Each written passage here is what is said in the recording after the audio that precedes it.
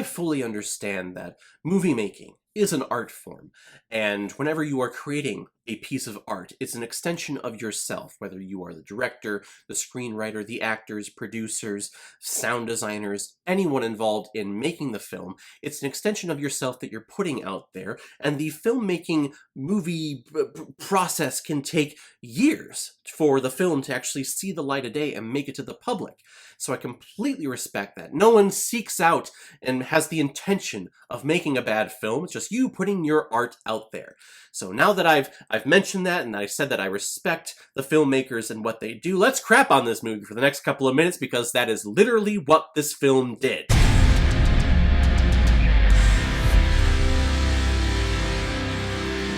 Human Zoo, released in 2020, and it's directed by John E. Seymour, who's behind the film Tangled 8, and behind a couple of TV series called Ollie B Boys and The Weed Detective. And this film is starring a bunch of no-name actors and actresses who I question if they knew exactly what they were signing up for. In Human Zoo, the internet watches live as reality show contestants struggle against time to see who will stay in solitary confinement the longest and take home the prize of $1 million.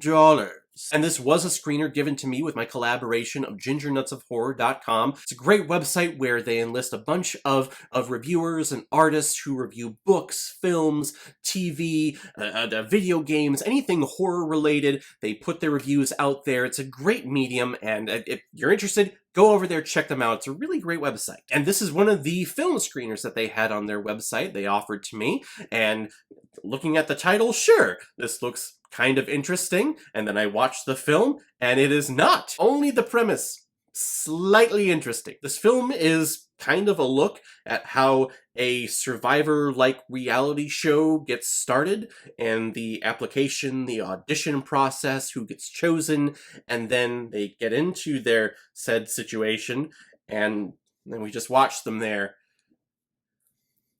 and the film just kind of ends. There's no point or message to this film at all. And it's not me being facetious. It's not like, hey, this film had an ending and a climax, I just didn't get it, or I didn't understand, or I think that, oh, that ending, it wasn't earned, we didn't earn that ending. I'm being truthful. This film has no ending. If this film was conducted in a 3-act structure, the end of this film would have been the end of Act 2. There is no resolution and no description of what the message is. No, through line of who's pulling the strings or why this is even happening.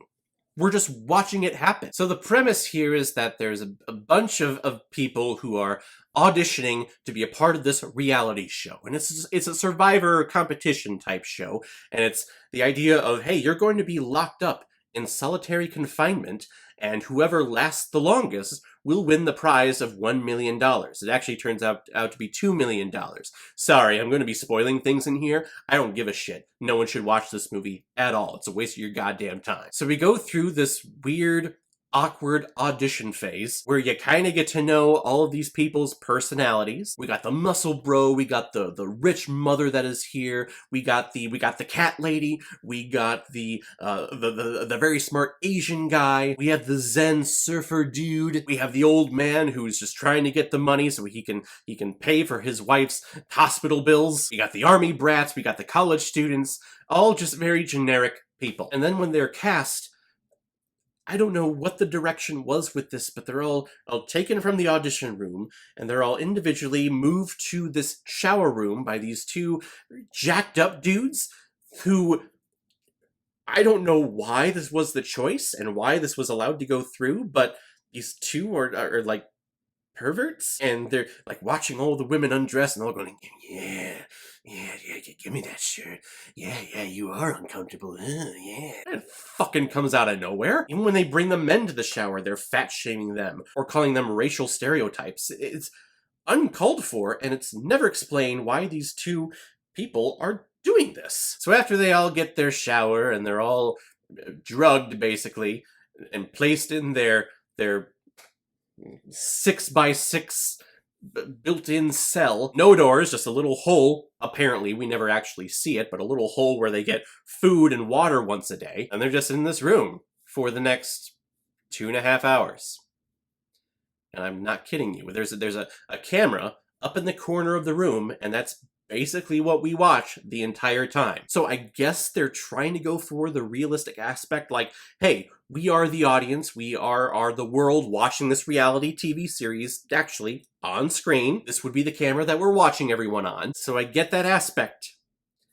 But then we have 2.5 hours of overacting, of overreactions, and of people playing with their feces, because, you know, apparently that's what you do, and people just start freaking out. Which makes sense. I get that, yes, it would be a very stressful time, at least mentally, when you are locked, when you are placed in this concrete 6x6 cell, basically. I would start freaking out eventually too. But the idea behind this reality show is that if you can't take it, you put your hands up in an X, and then they come and get you and release you. But the problem is, there's no fucking door. So all these people are quitting, but no one is coming to let them out. So they continue along this path. And we never see any reasoning behind this. We do see the big businessman guy who's running the whole operation. He's watching everything on couple laptops in his office somewhere, but we never get any development from this character as to why he's not letting people be rescued and saved when they quit the competition. We get no explanation as to what the purpose of this show is. We get no purpose as to what the intention of this film is. So all these people are quitting, and then it just leads to more screaming and more jerking off in a corner, and more feces throwing and feces playing. It's a goddamn waste of time. And you don't feel for any of these characters at all. I'm sitting there thinking, you are all dumbasses. Why would you sign a waiver to be, hey, put me in solitary confinement, and oh, you're not giving me a chance to call my loved ones to let them know where I am? Yeah, that doesn't sound fishy at all. Oh, these two people are taking me to a shower and they're sexually harassing me the entire time? Yeah, I'm not suspicious. Just thinking, like, what did you think was going to happen? You are literally volunteering to be imprisoned. They could have moved you to a different country and no one would ever know it. You are all dumb asses. Really, the only person or peoples that I felt sorry for were actually the cats. One of the cat lady who was in prison here, she's talking about how she needs to feed her cats because she didn't tell anyone where she was going and they're gonna starve at home. I just kept thinking the entire time, those poor fucking cats. Like, I wanted to go find them and feed them. Cats shouldn't suffer like that. Because they're wonderful. They're wonderful things. And I love them so much. Poor fucking cats. The idea of this solitary confinement concept of a reality show, I mean, it's been done before, and it's been done much better with more reasonings and messages behind it.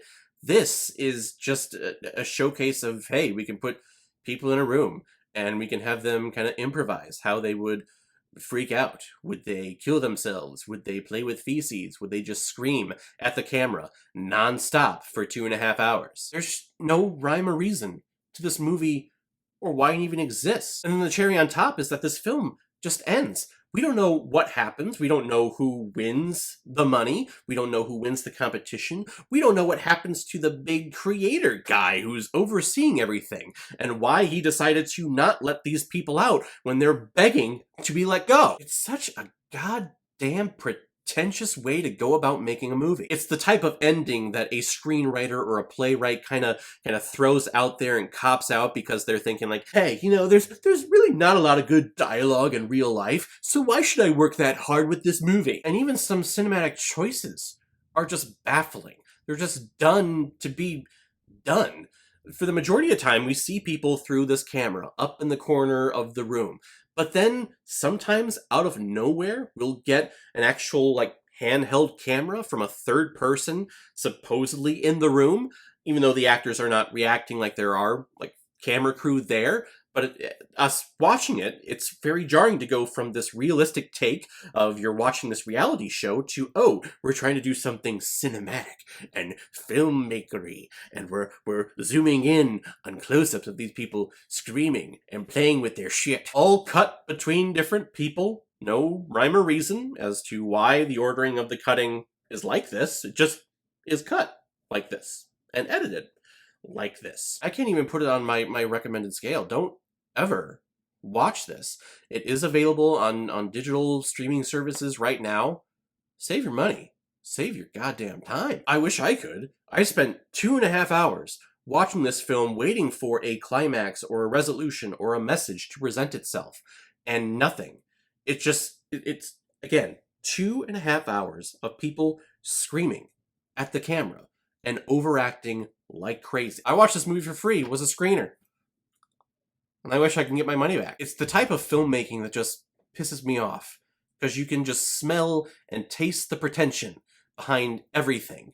And there's no one there kind of overseeing everything, thinking, okay, hey, we actually need to do this to make this actually enjoyable and entertaining for the audience to watch, or at least put some type of political message to it, or some message, any type of message to this film.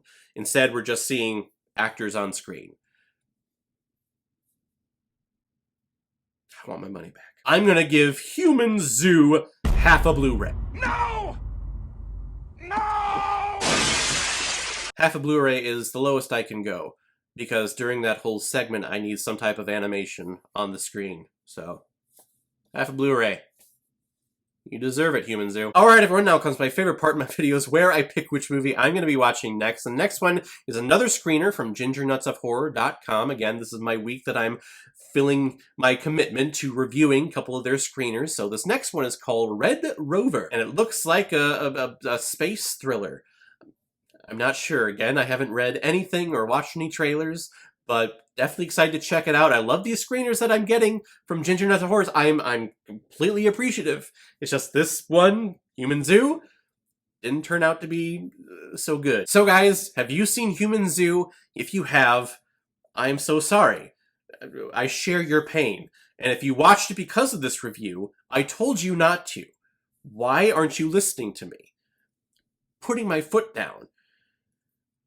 Oh, but if you did watch it, I guess, what did you think about it? Am I being too harsh? Am I? Comment below, let me know what you thought about it. And as always, if you like what you saw here, if you like my take on movies, hit the subscribe button and hit that bell so you know the next time I release my next movie review. So guys, I will see you next time with my review of Red Rover. So in the meantime, be well, be good to each other, and go watch a movie. Take care, guys.